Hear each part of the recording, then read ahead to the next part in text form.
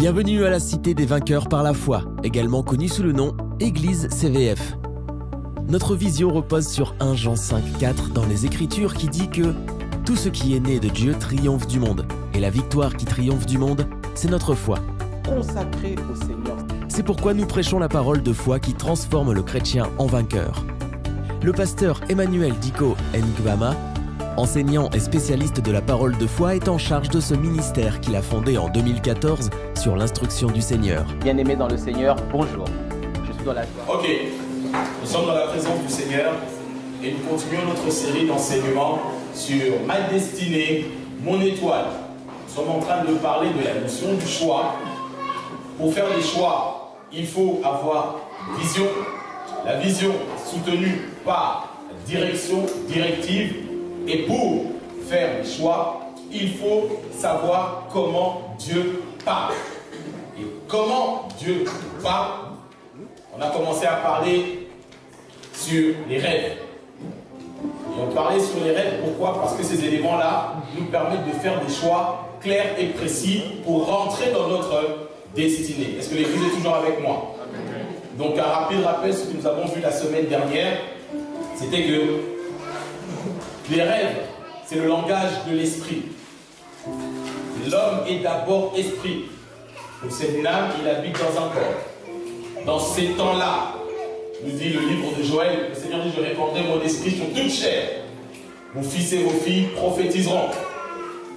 D'autres auront des visions et des songes. Donc c'est le temps de l'esprit, moi le temps de l'esprit. Nous sommes véritablement dans cette saison. C'est le temps de l'esprit où le Saint-Esprit parle, nous éclaire.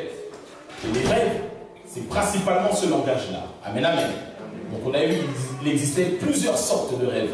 Il y a les rêves naturels, qui viennent de nos préoccupations, qui viennent aussi du fait que notre âme travaille. J'ai expliqué que notre esprit ne dort pas. La Bible dit, Dieu est esprit, voici il ne sommeille ni ne dort. Celui qui est esprit, c'est-à-dire le Seigneur, notre esprit créé à son image, ça ressemble à notre esprit aussi, ne dort pas. Mais ce n'est pas parce que notre corps et notre âme est en repos que notre esprit cesse de fonctionner. C'est faux. C'est pourquoi il faut maîtriser cette réalité-là. Amen, amen. Donc il y a les rêves naturels, il y a les rêves divins. Vous avez vu que les rêves divins, c'est Dieu qui vient directement impacter et communiquer avec notre esprit sans passer par la barrière de l'âme et de l'intelligence. Amen. Et donc, les caractéristiques du rêve divin, je reprends ça rapidement, mais je t'invite à réécouter. J'espère en tout cas que je suis abonné à CVF TV. On a eu le temps de rentrer en long et en large dans ces réalités-là. Les caractéristiques du rêve divin, c'est qu'il introduit le plan de Dieu dans ta vie, il influence nos choix, et les rêves divins sont toujours conformes à la parole de Dieu. Les caractéristiques aussi, la dernière caractéristique du rêve divin, c'est qu'il est toujours là pour encourager. N'est-ce pas? Ok. Ensuite, on a commencé à parler des rêves sataniques. Il existe plusieurs sortes de rêves. Rêves naturels, rêves divins et rêves sataniques. Et donc, les caractéristiques du rêve satanique sont causées par plusieurs facteurs. Lorsqu'on est ciblé par le camp de l'ennemi, lorsqu'on vit dans un environnement spirituellement pollué, on en a parlé, maison, lieu, etc.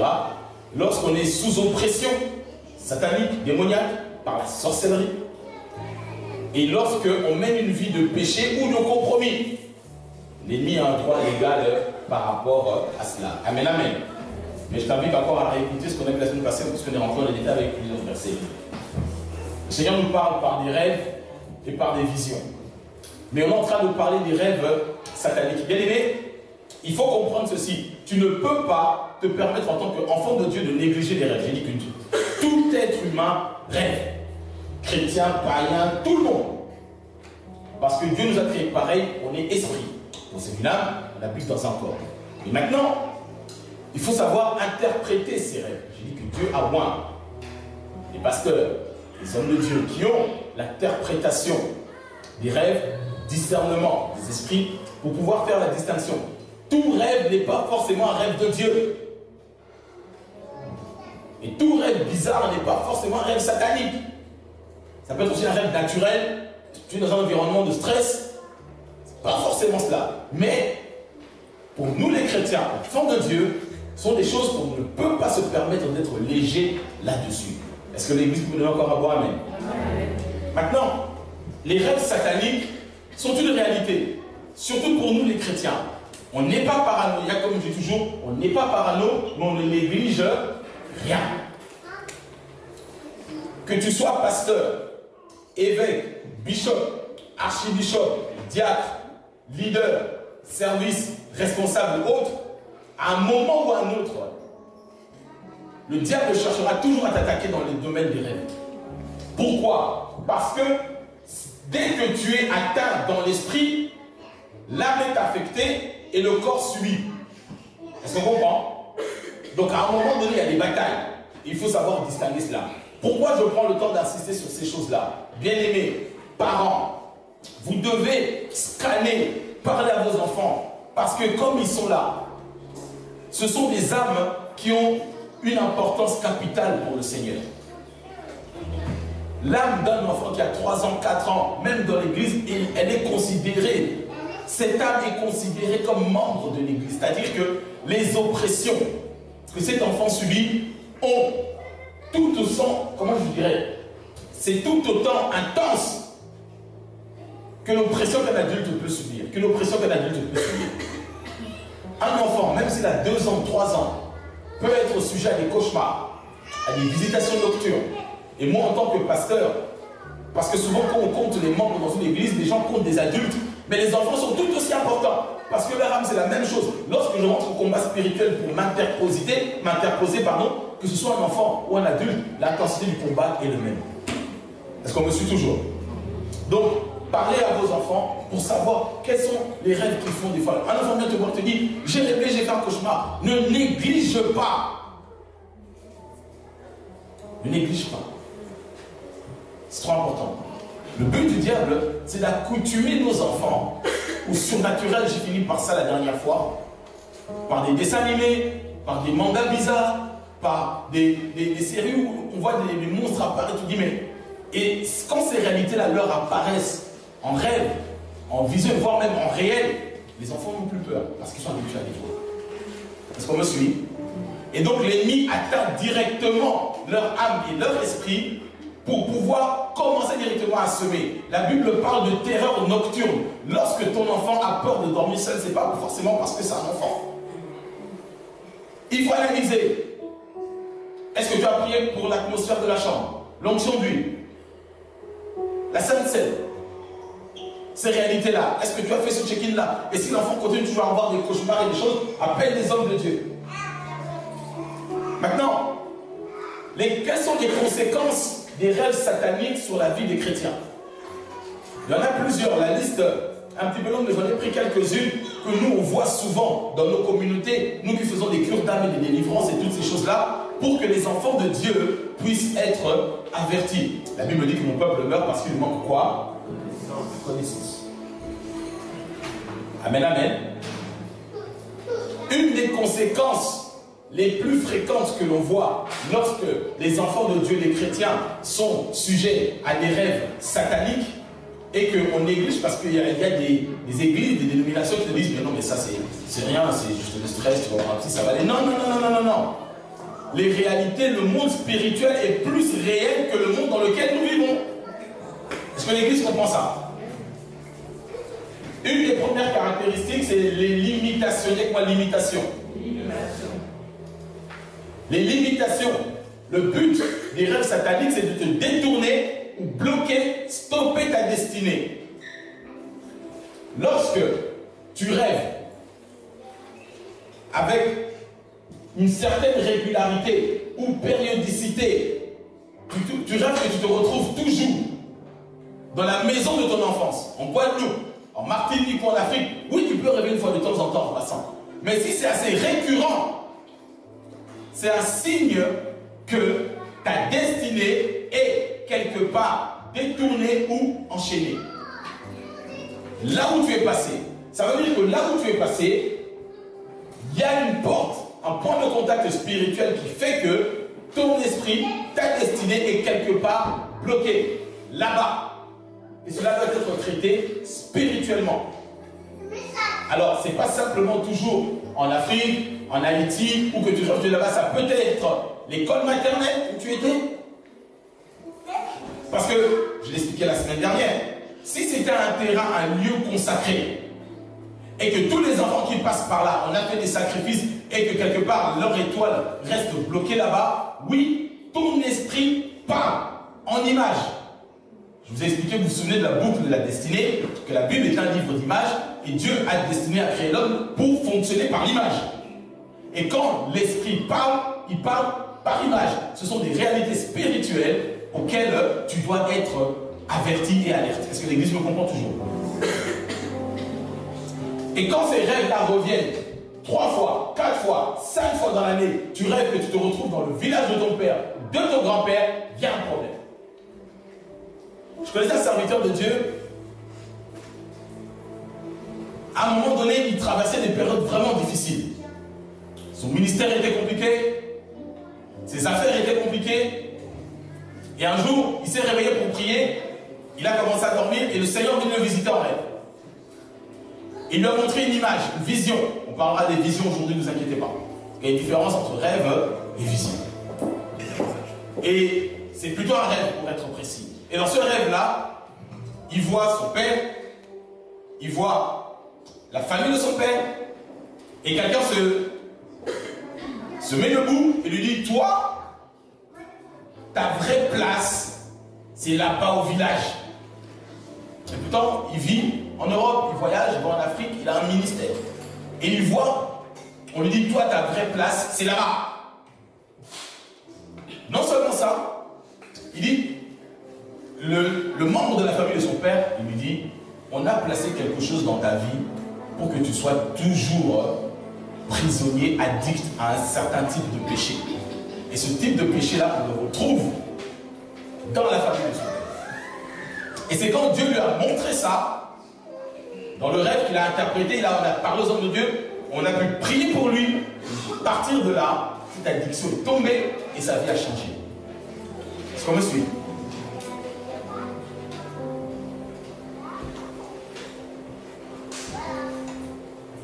Lorsque ces péchés-là continuent à fonctionner, sa vie, bien qu'il servait Dieu, était limitée. Mais son esprit l'a alerté de cette réalité par des rêves. Et ces rêves-là, ça s'appelle des rêves sataniques. Amen, amen.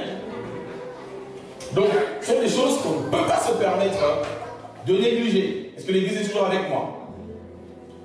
Les limitations. Ça veut dire, il y a des symptômes qui ne trompent pas. Lorsque tu travailles beaucoup et que tu gagnes peu, tu es en train de travailler et que dans les rêves, tu es toujours épuisé. Limitation. Amen, amen. Ok, je poursuis parce qu'on a beaucoup de choses à voir aujourd'hui.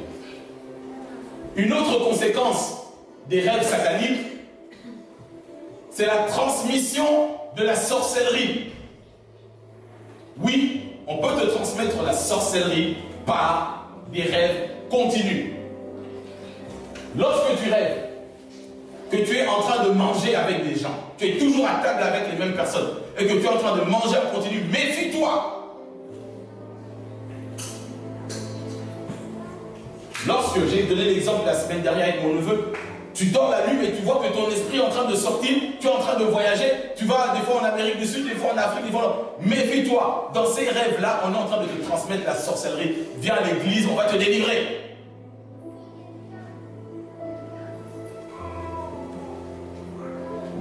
Est-ce qu'on me comprend?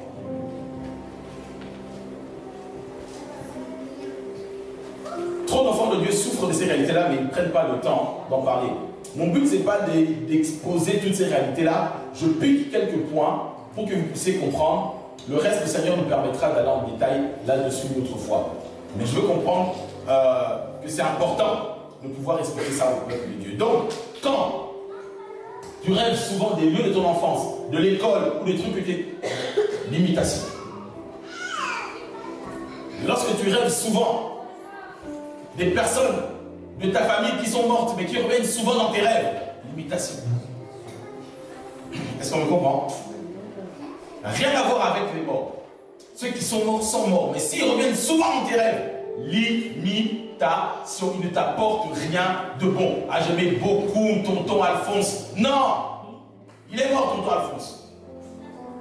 Tonton Alphonse, protège-moi de là où tu es. C'est faux. N'ouvre pas des portes. Qu'est-ce qui va te protéger, tonton Alphonse? Lui-même, il a enchaîné. Est-ce qu'on me suit? Oh, mais c'est ma tante Josette, elle veille sur moi. Veille sur qui?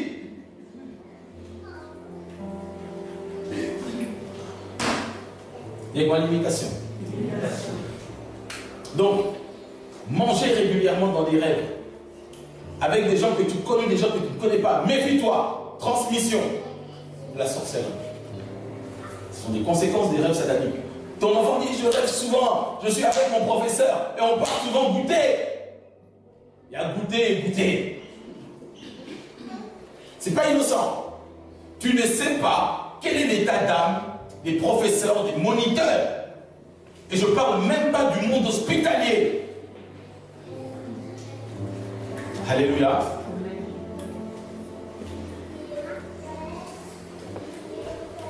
Le but n'est pas d'être paranoïaque. Le but, c'est que nos yeux doivent être ouverts et on ne boxe pas en l'air, ni dans le vide.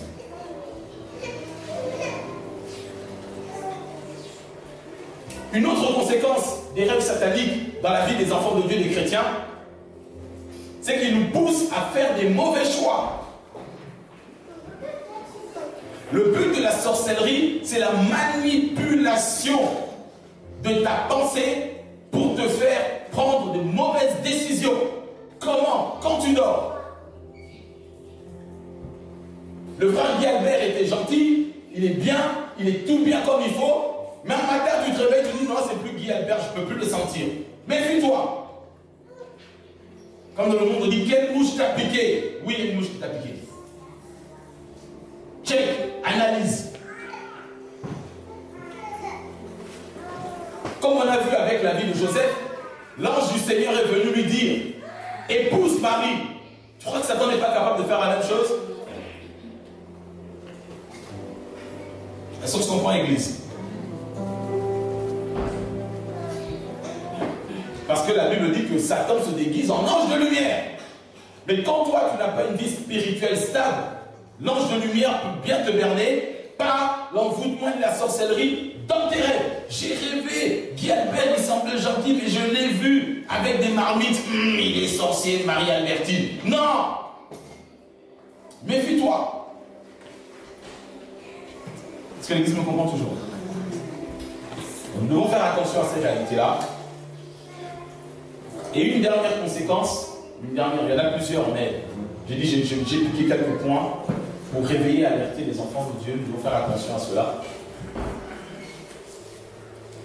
C'est que les rêves sataniques introduisent dans la vie des chrétiens ce que moi j'appelle la conséquence du péché. C'est-à-dire le péché avec un grand P, à savoir la pauvreté, la maladie et la mort. Ces trois choses-là s'appellent bibliquement conséquences du péché.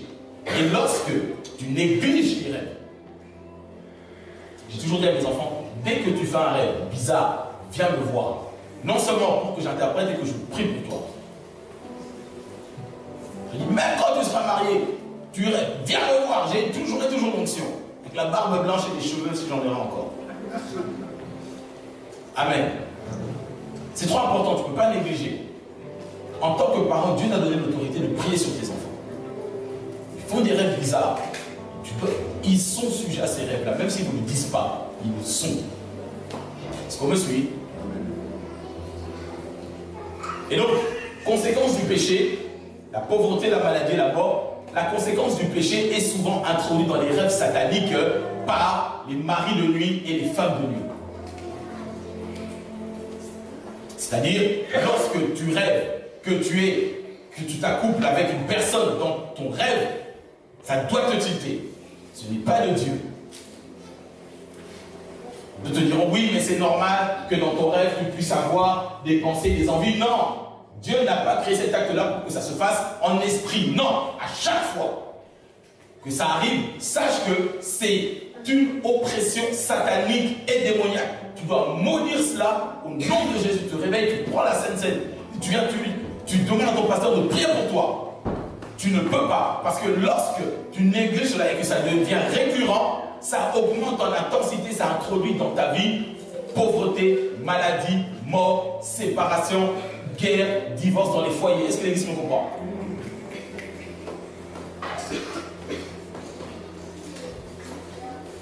Amen, amen. Il ne faut pas négliger ces réalités-là. C'est pour ça que nous ne traitons pas ça à la légère. On pratique la délivrance, je vous dis que ces choses-là sont réelles. Conséquence des rêves sataniques, c'est ça. Il y en a plusieurs, mais ces points-là, je veux vraiment insister dessus pour que le peuple de Dieu le comprenne très bien. Amen, amen. Maintenant, la Bible nous dit que Dieu parle par des rêves et des visions. Dis avec moi, vision. Il y a une différence entre rêve et vision, même si les deux se ressemblent.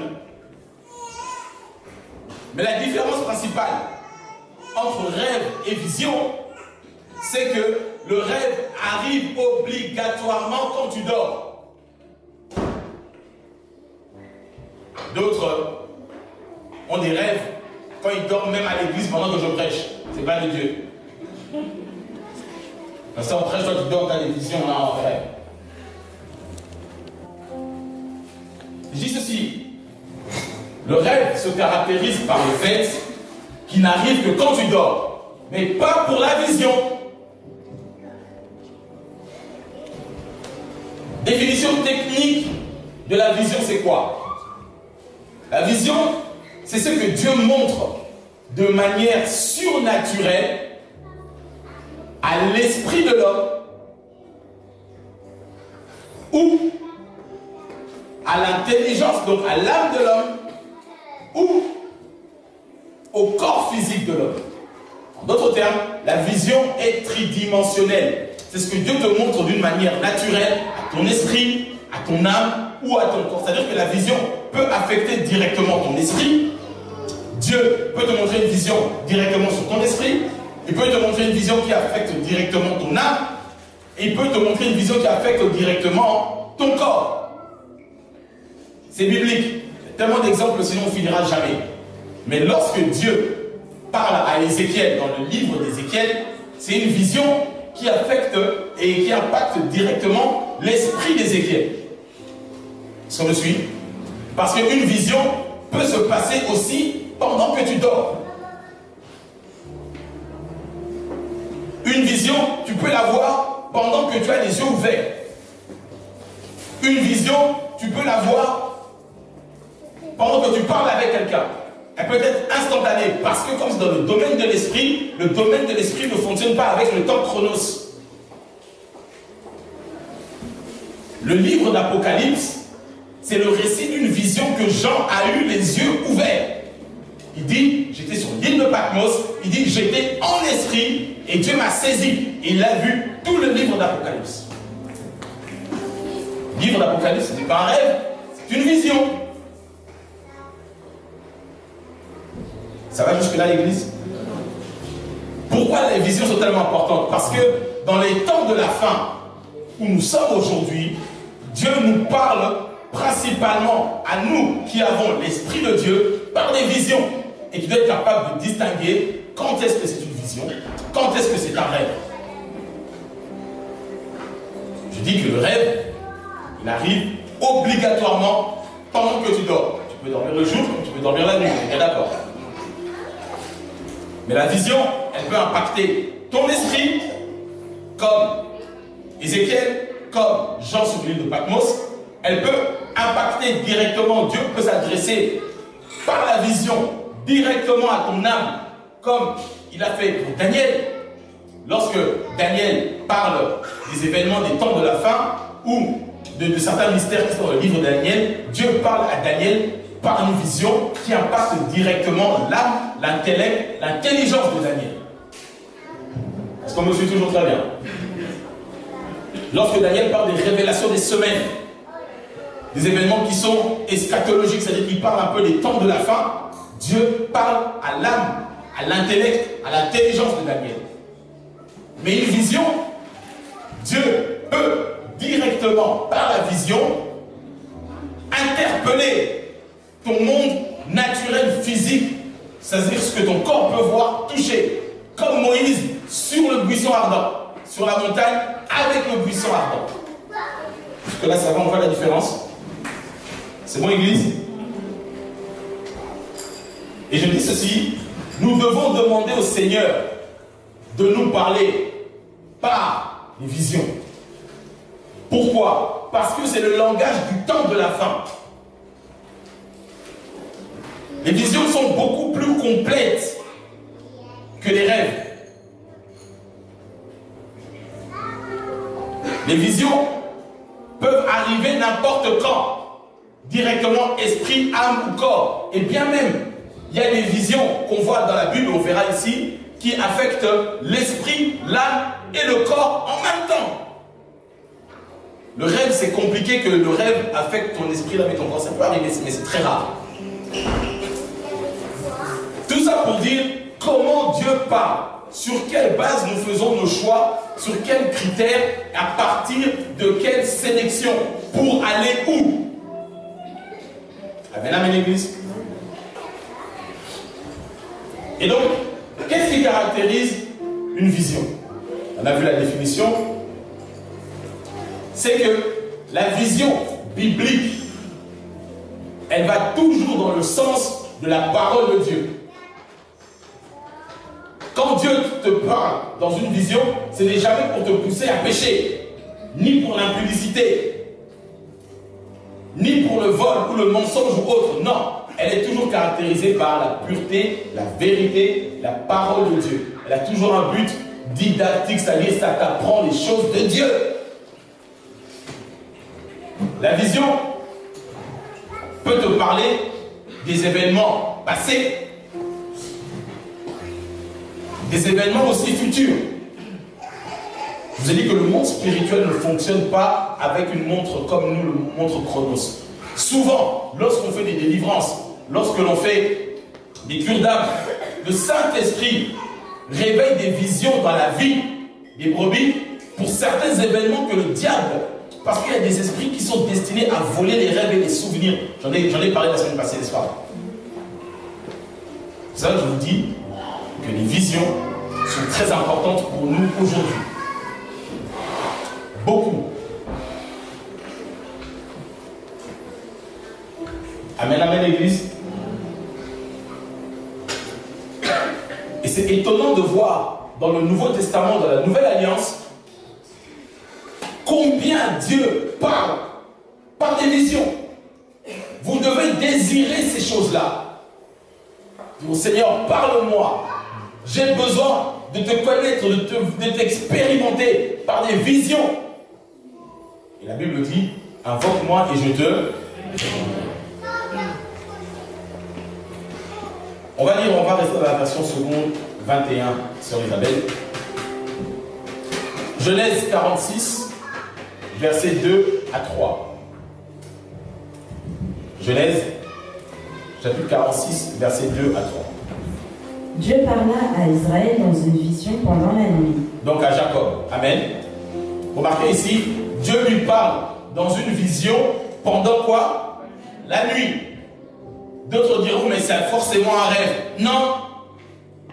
Chaque mot est important dans la Bible. Est-ce qu'on me comprend? Tu peux reprendre ça, Isabelle.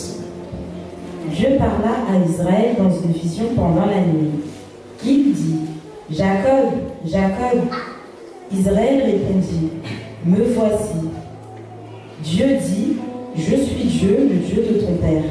N'aie pas peur de descendre en Égypte, car là-bas, je ferai de toi une grande nation.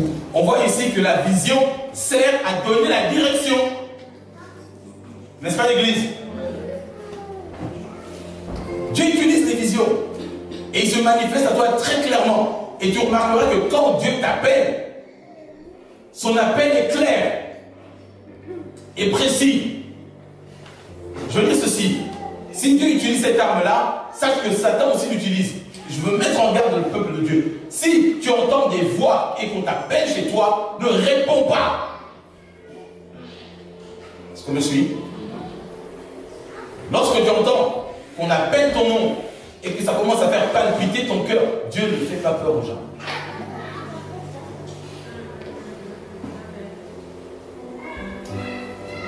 Mais ici, Dieu se présente et dit, je suis le Dieu de ton père.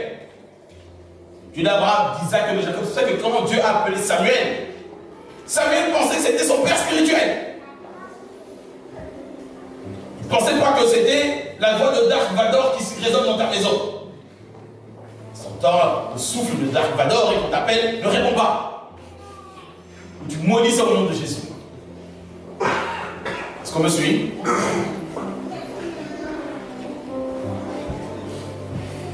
Le Seigneur utilise les visions parce que c'est un moyen clair, précis et complet avec lequel il communique avec notre esprit. Et ici, il parle directement à Jacob. On va prendre un autre exemple dans le Nouveau Testament. Actes chapitre 9, verset 10.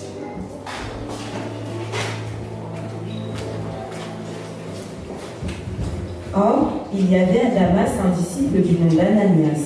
Le Seigneur lui dit dans une vision, « Ananias !»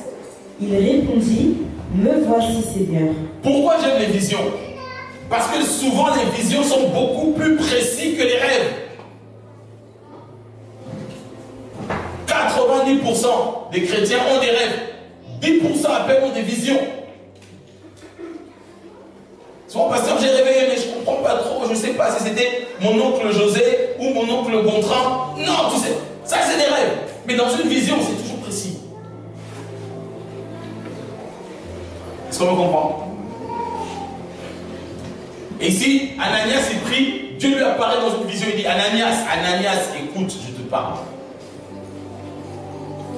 C'est ça qui fait la différence entre le christianisme et les autres formes de religion, parce que la vision établit obligatoirement une relation. Il va t'apparaître, il va dire, Ashley, Ashley, écoute-moi. C'est pas une nuée qui était comme ça, tu sais pas trop si c'était une fumée ou c'était une voiture qui était pourrie. Non! Vous l'avez une fumée bizarre, pasteur. Non, la vision.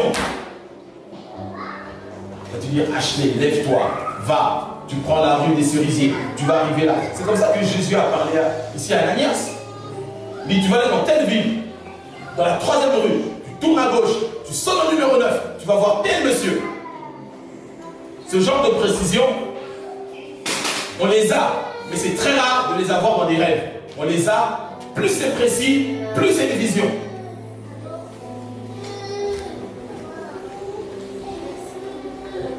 La différence qu'il y a entre vision et rêve, c'est que la vision est tellement précise, alors que le rêve fonctionne beaucoup avec des symboles imagés. On parle d'interprétation des rêves et discernement des esprits. Alléluia l'église. Je prends un autre exemple. Acte chapitre 10.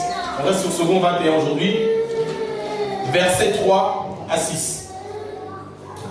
Vers 3 heures de l'après-midi, il vit clairement dans une vision un ange de Dieu entrer chez lui et lui dire, Corneille. Là, on parle de Corneille, vous connaissez ce passage. C'est un Romain qui s'est converti au Seigneur. Il sert le Seigneur malgré qu'il soit soldat romain, etc. Et donc, pendant qu'il est en train de prier, il se passe qu'on tu peux reprendre ça, Saint-Pierre, s'il te plaît. Vers 3 heures de l'après-midi, il vit clairement dans une vision un ange de Dieu entrer chez lui et lui dire, Corneille. Tu vois, ici on parle de très clairement.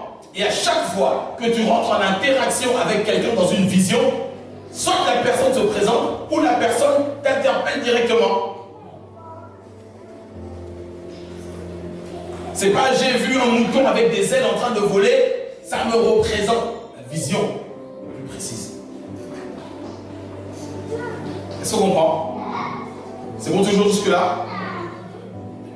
La Bible dit, il vit très clairement dans une vision un ange de Dieu qui rentre chez lui, qui dit, Corneille! Continue, sœur Isabelle. Il fixa les regards sur lui et, rempli de crainte, répondit, Qu'y a-t-il, Seigneur? L'ange lui dit, Tes prières et les dons que tu as faits sont montés devant Dieu et il s'en est souvenu. Alors ici, vous remarquerez que Corneille n'était pas en train de dormir.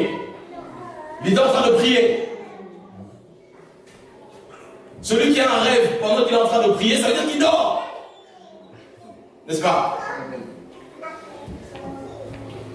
il a une vision pendant qu'il prie. Et Dieu lui dit, tes prières, tes dons, dîmes, offrandes, dons, ça montre que Dieu s'en est souvenu. Tes dons, tes dîmes, tes prémices peuvent provoquer une visitation surnaturelle dans ta vie. Est-ce qu'on comprend? Cette histoire se passe parce que Dieu veut ouvrir la porte du Saint-Esprit aux non-juifs. Et Corneille, qui était non-juif, a commencé à prier. Il a une vision. Et dans le même chapitre, Pierre aussi va avoir une vision. Et regardez, dans Actes chapitre 10, verset 10 maintenant, s'il vous plaît, sur les amis. Je vais aller jusqu'au verset 16. Il eut faim et voulut manger. Pendant qu'on préparait le repas, il tomba en extase. C'est-à-dire, il est monté à l'étage, il a commencé à prier pendant que les autres ont montré la nourriture. Et pendant qu'il est en train de prier, tomber en extase, ça veut dire il rentre dans une vision. Ok? Et là, je disais tout à l'heure que la vision peut être tridimensionnelle. Elle impacte l'esprit, l'âme et le corps. C'est exactement ici ce qui se passe avec Pierre. Ayez des rêves, c'est important, mais aspirez aux visions. Est-ce qu'on me suit? Aspirez aux visions. Lorsque Dieu commence à traiter avec des visions, il y a moins de place pour des hésitations. Mais est-ce que je dois travailler à la BNP, Société Générale, ou l'autre banque, je ne sais pas moi, Crédit Lyonnais? Dans le rêve, tu verras soit du bleu, soit du rouge, Crédit.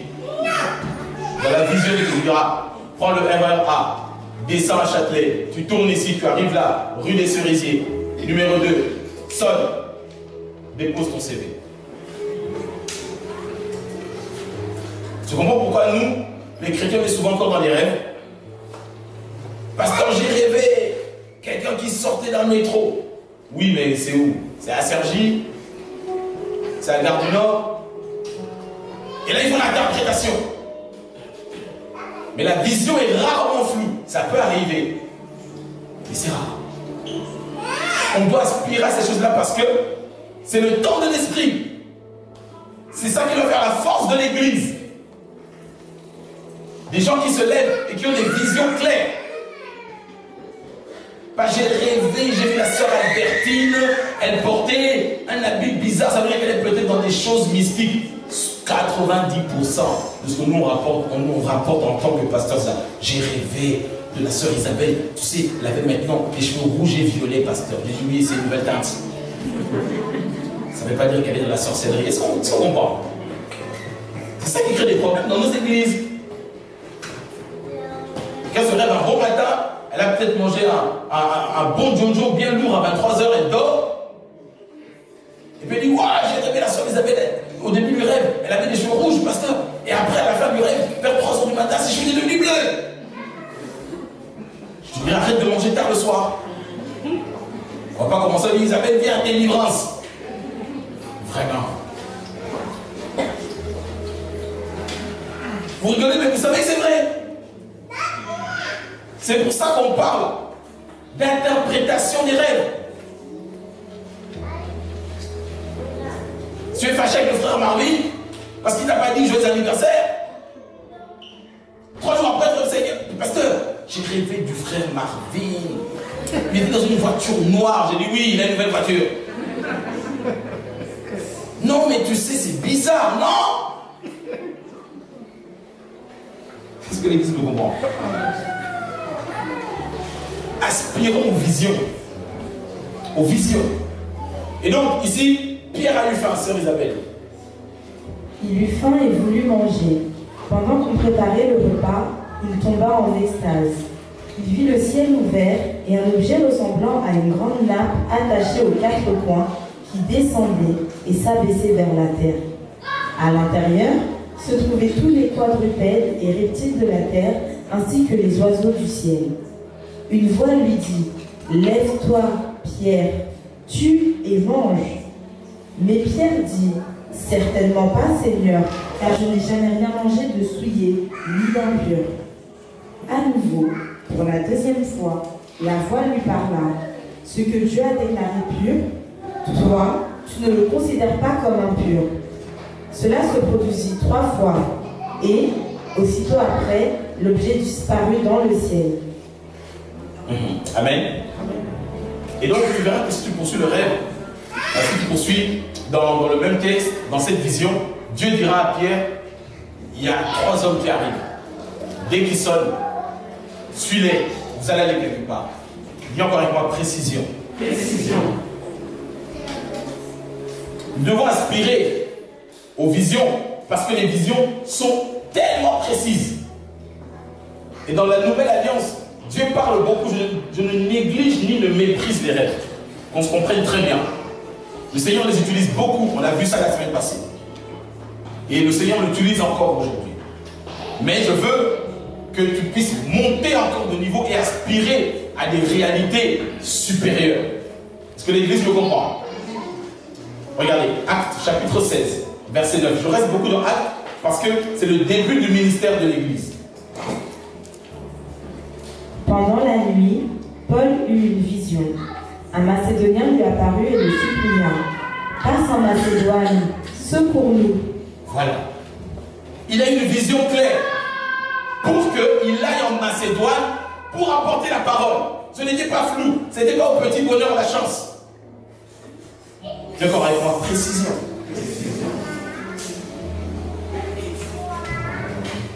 Acte 18, verset 9.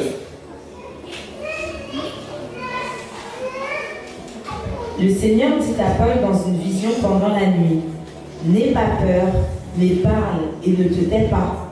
Ah, amen. Continue, continue.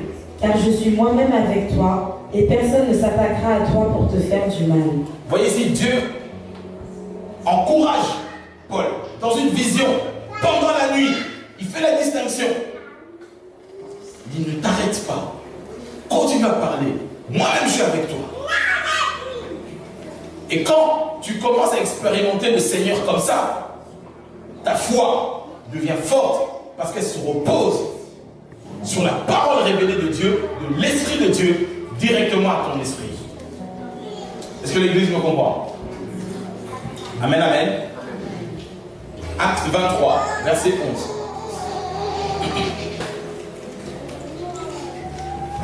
La nuit suivante, le Seigneur apparut à Paul et dit, prends courage, Paul. De même que tu as rendu témoignage de ce qui me concerne à Jérusalem, il faut aussi que tu rendes témoignage à Rome. Amen. Tu vois, ici, le Seigneur est encore précis, il dit, aujourd'hui tu es ici, à Saveilly. Demain, je vais te voir là-bas, à Haïti. Vision claire. Pas au petit bonheur de la chance. Ma soeur, si tu as des choix à faire, demande au Seigneur de te parler en vision. Oui, en rêve aussi, il peut te parler. Mais demande, il te parlera. C'est le langage de l'esprit. C'est notre patrimoine à nous, enfants de Dieu. Alléluia. Rêve ou vision doivent toujours coïncider avec la parole de Dieu. Si le rêve te conduit à te méconduire, à bidouiller, à voler ou à faire ceci, sache que ce n'est pas de Dieu. Dès que tu te réveilles, tu maudis ça au nom de Jésus. Alléluia. On est toujours ensemble. Maintenant, on a bien compris comment Dieu parle. Je vais te donner quelques clés. Comment techniquement et précisément se connecter à la voix de Dieu. Vox de Dieu. V-O-I-X. Parce qu'on parle du chemin. Non. Comment se connecter à la voix de Dieu? Oui, c'est bien de savoir comment Dieu parle. Mais comment je fais pratiquement? Concrètement? Je vais te donner 3 clés aujourd'hui. Amen. Premièrement, tu dois être spirituel. Qu'est-ce que ça veut dire? Je dis, tu dois être spirituel. Ça veut dire quoi? On va lire un passage et tu vas mieux comprendre. Version Semeur. 1 Corinthiens chapitre 2, verset 14. dans la Bible, version sonore. Mais l'homme sans Dieu ne reçoit pas ce qui vient de l'Esprit de Dieu. L'homme sans Dieu ne reçoit pas ce qui vient quoi? De l'Esprit de Dieu. Les visions, les rêves, les révélations viennent de l'Esprit de Dieu. Continue. À ses yeux, c'est pure folie, et il est incapable de le comprendre, car seul l'Esprit de Dieu permet d'en juger. Seul l'Esprit de Dieu. Écoute, que tu comprennes très bien. La Bible dit, être spirituel, ça veut dire quoi? Ça veut dire être conscient, être alerte, être aware des réalités invisibles dans lesquelles nous vivons. C'est cette qu'on a spirituelle. C'est pas qu'on dit que l'homme livré à lui-même, l'homme naturel, même si il fait partie de l'Académie française, mais qu'il n'est pas né de nouveau, il ne peut pas recevoir ce qui vient de Dieu. C'est pour eux, c'est de la folie. On vous raconte des balivernes, on vous raconte des fables, des mythes. Ils ont dit ça à l'époque de Paul, ils le disent encore aujourd'hui. Si ta foi est basée sur ce que dit CNews ou ce que dit les reportages télé, alors oui, effectivement, ta foi est bien petite. Est-ce que quelqu'un me comprend toujours ce matin? Parce qu'il est incapable de comprendre. Écoute, ce n'est pas parce que tu n'entends pas Dieu parler que Dieu ne parle pas. Le problème, être spirituel, c'est être sur la bonne fréquence. Lorsque dans la rue, tu vois deux chiens en train de s'aboyer l'un l'autre, toi tu appelles ça des aboiements, mais pour eux, ils parlent. Vrai ou faux? Ils parlent. Ils sont en train de s'invectiver. Des dauphins qui parlent par les ultrasons que nous, on ne peut pas comprendre d'une manière audible, ça ne veut pas dire qu'ils ne parlent pas ou que ces sons-là n'existent pas. C'est parce que tu n'es pas branché sur le bon ou le bon diapason, la bonne connexion. Est-ce que l'église comprend? Donc tu dois demander, aspirer à être connecté, à être d'abord un homme ou une femme spirituel. Parce que la voix de Dieu, la parole de Dieu n'est pas accessible à ceux qui sont charnels. Beaucoup trop de chrétiens veulent imposer à Dieu une manière de faire et de parler tout le temps. Ça ne marche pas comme ça. Apocalypse chapitre 1 verset 10. Tu peux prendre toujours sur ce neuf, s'il te plaît.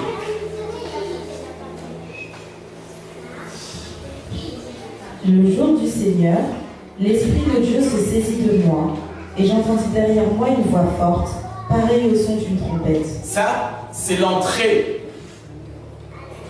Comment Jean a reçu, comment Dieu a introduit le récit de l'Apocalypse. Jean dit, j'étais en esprit. D'autres versions dit, l'Esprit de Dieu s'est saisi de moi. Il était spirituel. C'est-à-dire être conscient. Être, comment je vais dire?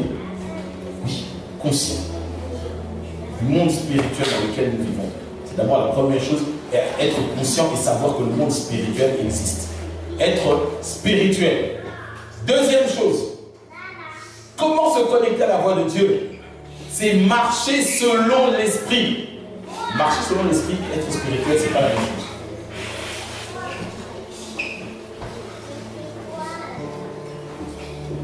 Être spirituel, c'est être conscient que le monde spirituel existe, que quand tu rentres dans une entreprise, tu sais qu'il y a des magiciens, des francs-maçons, il y a de ceci, de cela. C'est être spirituel, c'est être conscient de cela. Par contre, marcher selon l'esprit, c'est reconnaître, plus deux, suivre les directives du Saint-Esprit.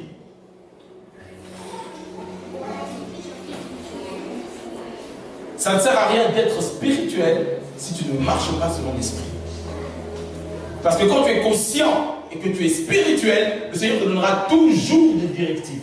Et c'est quand tu suis régulièrement ces directives, on peut dire que voilà, la sœur Isabelle marche selon l'esprit. On va lire un autre passage pour illustrer ce que je suis en train de dire. Galates chapitre 5, verset 25 dans la version semaine.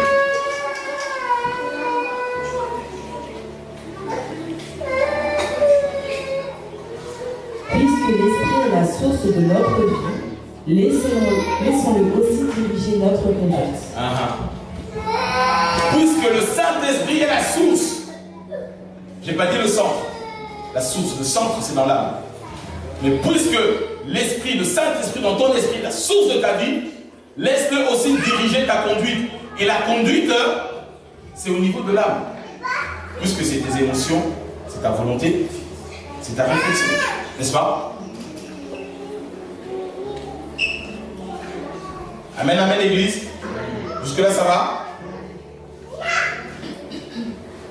Être spirituel, le premier point, être conscient de l'existence du monde spirituel, être spirituel, c'est ça. Ça veut aussi dire, je vais à l'église, je prie, ça c'est être spirituel. Mais, être spirituel, ça ne sert à rien si tu ne marches pas selon l'esprit. Et marcher selon l'esprit, c'est suivre et être sensible aux indications, aux directives que te donne le Saint-Esprit. Ça ne sert à rien de dire, je vais à l'église, je sais que la volonté de Dieu, c'est que je me marie, et quand le frère arrive, je te dis, épouse-le, tu dis non. Pourquoi? Il est trop petit. Est-ce qu'on comprend? Être spirituel, c'est bien, mais en réalité, tu verras que marcher selon l'esprit, c'est mieux. Parce que de toi à moi, la foi, c'est marcher. C'est pas simplement être conscient. Tu veux voir la main de Dieu? Marche selon l'esprit. Comment? Le Seigneur dit, mes brebis, elles connaissent ma voix. Et elles me suivent. Quand on va commencer à parler du chrétien psychique, c'est-à-dire du chrétien charnel qui vit dans son âme, tu comprendras encore mieux sa réalité. Parce que tu verras que 85, allez, 90% des chrétiens qu'on a dans nos églises, même des responsables spirituels, sont des chrétiens psychiques qui vivent dans leur âme. Ils sont prisonniers de leur âme, de leurs émotions, de leurs sensations. Alors que la foi, marcher selon l'esprit, c'est suivre les directives et sortir de ton ressenti. Alléluia, Église. Ok. Je veux que tu comprennes ces réalités pour que ta vie change une fois pour toutes. Enfin, une dernière clé que je peux te donner, allez, deux petites dernières clés, pour se connecter facilement à la voix et à l'appel de Dieu. Il y a une clé, c'est la louange. Qu'est-ce la louange? L'atmosphère de la louange dans ta maison facilite l'Esprit de Dieu à parler à ton esprit. Parce que Dieu habite au milieu de tes louanges et pas de tes pleurs ou de tes cris.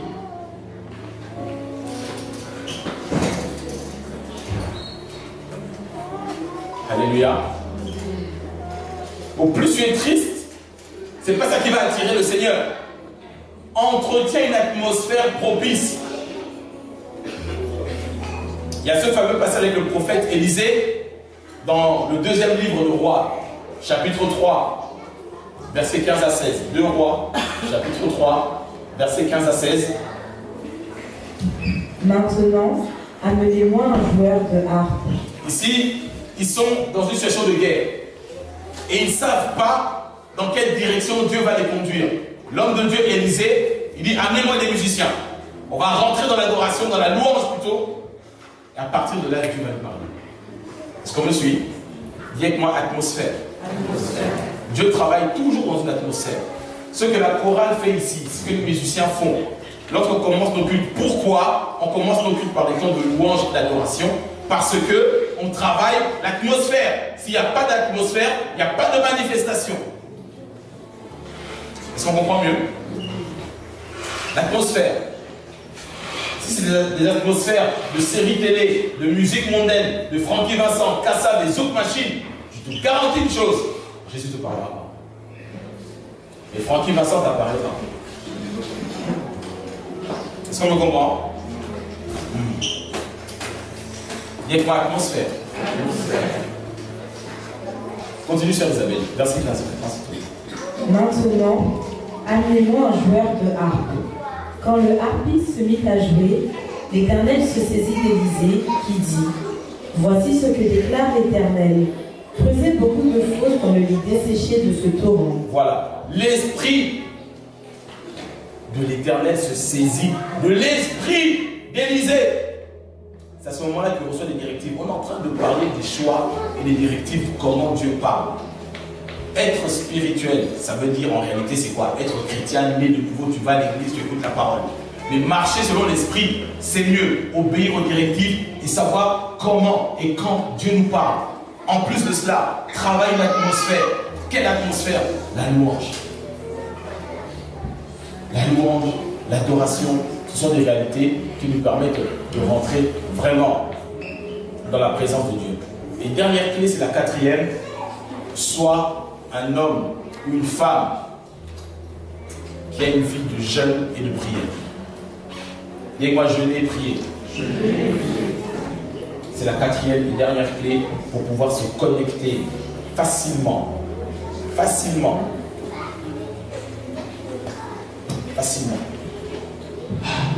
à la voix du Seigneur. Donc, pour revenir à la notion de la destinée, j'arrête là aujourd'hui, il faut qu'on me comprenne très bien. Le Saint-Esprit parle à tout le monde. Le problème, c'est que on n'est pas toujours disposé ou voire disponible à écouter Dieu nous parler. Mais je le dis et je le répète, le Seigneur parle tout le temps. Il a toujours parlé. Et aujourd'hui, analyse bien ta vie. L'homme que tu as épousé, la femme que tu as épousée, les études que tu as faites, le pays dans lequel tu vis, si tu regardes bien, à un moment ou à un autre, Dieu t'a parlé. Soit tu as écouté, tu as vu les résultats, soit tu n'as pas voulu écouter. Aujourd'hui, tu vis d'autres réalités. Est-ce qu'on me suit? Dans le livre de Romains, au chapitre 12, la Bible nous dit qu'on doit se consacrer totalement au Seigneur, s'offrir à lui comme un sacrifice vivant. À ce moment-là, on sera capable de discerner quelle est la volonté de Dieu, ce qui est bon, ce qui est agréable et ce qui est parfait. Je l'ai dit la semaine passée, mais je le répète encore.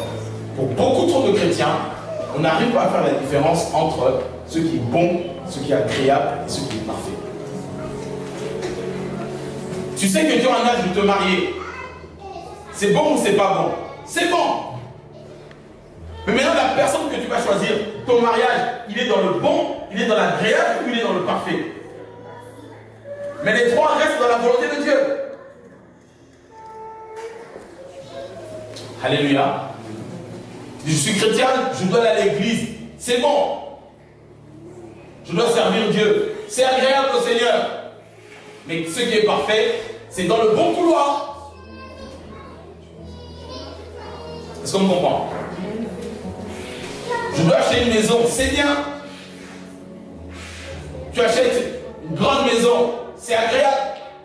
Ce qui est parfait, est-ce que c'est là que Dieu veut que tu sois? Dans cette ville-là, je dis. Maintenant, tu peux faire un choix. Dans le bon, il y a des bonnes choses, mais il y a aussi des conséquences que tu dois gérer. Si tu connais ton tempérament, tu sais ton caractère, et que tu trouves que le frère José, quand tu es avec lui c'est bon, tu te maries avec lui c'est bon, mais tu sais que le frère José, c'est un gros paresseux. Derrière, ne viens pas te plaindre s'il ne fait jamais le ménage. Pasteur, c'est un démon de paresse dans la vie de José. Assume. Est-ce que quelqu'un me comprend ou vous voulez que j'en dans les détails? Ne provoquez pas mon onction. Est-ce qu'on se comprend? C'est-à-dire que lorsque le Saint-Esprit t'a parlé, mais que tu t'es entêté, mais que tu es dans le bon, tu n'es pas forcément dans ce qui est agréable à Dieu, Dieu veut que tu te maries, c'est bon. Mais si la personne n'est pas chrétienne, ce n'est pas agréable à Dieu. Et comme ce n'est pas agréable à Dieu, les dimanches, à l'église, on pensera que tu es célibataire, Albertine.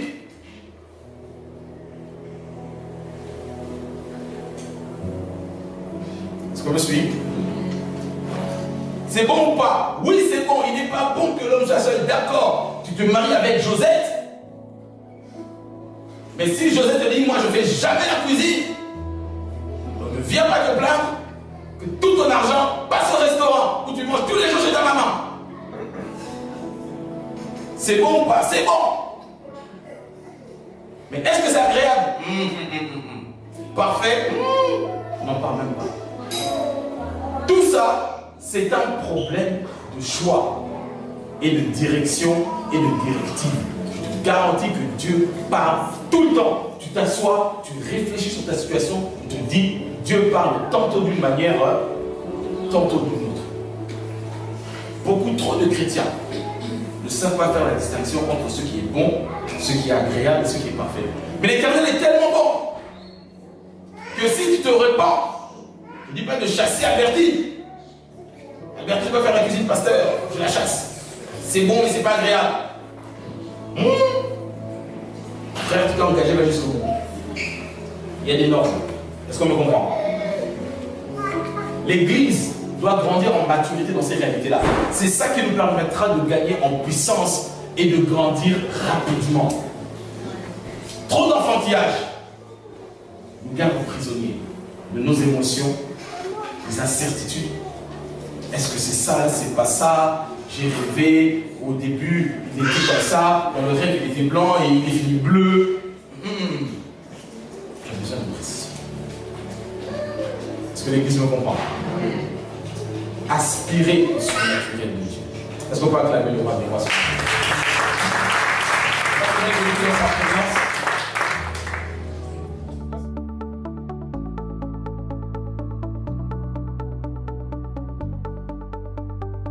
Bienvenue à la Cité des vainqueurs par la foi, également connue sous le nom Église CVF.